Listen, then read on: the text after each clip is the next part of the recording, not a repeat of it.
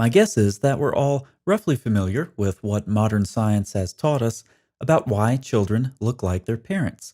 For those who need a quick review, here's an easily accessible online source written by Dr. Barry Starr of Stanford University. A student asks, what are the chances a baby will come out looking more like the father or getting more of the father's genes? Dr. Starr responds, it has to do with the versions of each gene you get from each parent and what traits that combination will give.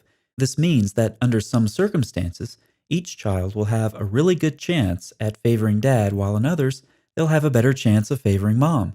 And sometimes a child won't favor either and may look more like an uncle or an aunt or different from everyone else in the family. That is the beauty of genetics. However, Muhammad had a different explanation. He believed that the physical features of a child were based on something else. In multiple Sahih rated hadith, he said, the man's water is thick and white, and the woman's water is thin and yellow. Whichever of them comes first, the child will resemble that parent.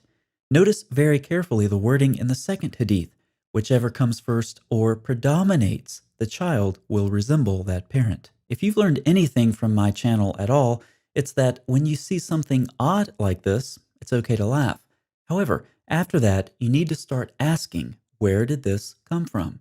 Muhammad was by no means original. Many others, like the philosopher Aristotle, also believed that physical features, such as facial features, were sex-associated. Sounding conspicuously like Muhammad, Aristotle said, so that if this movement, i.e. the semen, gains the mastery, it will make a male and not a female, and a male which takes after its father, not after its mother. Of course, Aristotle had much to say about this, as did many others in the ancient world, like Hippocrates, whether he was a single figure or a composite.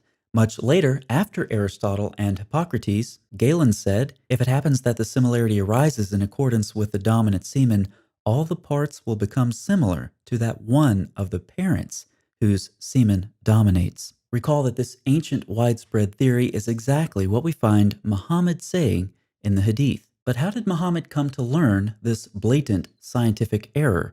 According to Sahih al-Bukhari, Abdullah bin Salam asked Muhammad a series of questions to test his prophethood. One of the questions was about why a child resembles the father or mother's side of the family. Muhammad's answer was revealed to him by the angel Gabriel. So according to the Hadith, the angel Gabriel agrees with the scientific errors that we find in these ancient Greek and Roman sources. Further, upon hearing Muhammad's answer, which we know to be incorrect, Abdullah bin Salam became certain that Muhammad was a messenger of Allah. The early Muslims were obviously very proud of Muhammad's answer since they recorded it as evidence for his prophethood.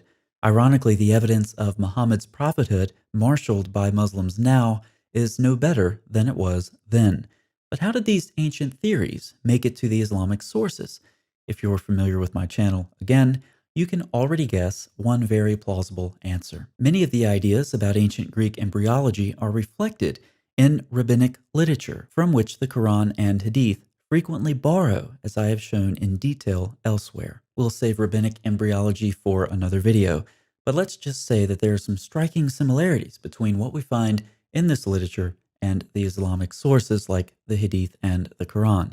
Big surprise. Now, some questions for Muslims. How can you trust Muhammad when he said something that ignorant? How can you trust Muhammad's angel to reveal the Quran reliably when he told Muhammad something that ignorant about embryology? Do you think the angel Gabriel also revealed this knowledge to the ancient Greek philosophers, where many of these ideas originated and developed? Should this be considered proof of their prophethood as well? Or would you prefer to deny all of the hadith mentioned? If so, what is your basis for denying the 3 Sahih narrations cited, which are attested in multiple collections? And what would this mean for the reliability of your hadith in general? First option. If Muhammad actually said this, he was clearly influenced by ancient biological theories that spread largely from the Greeks, and he was wrong.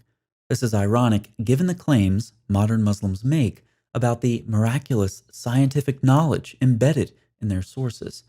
Second option, perhaps Muhammad did not actually say this. That means the early Muslims imported an ancient biological theory into the Hadith and gave it a said by Muhammad stamp of approval, along with a Sahih rating, even using it as proof of his angelic revelations and prophethood.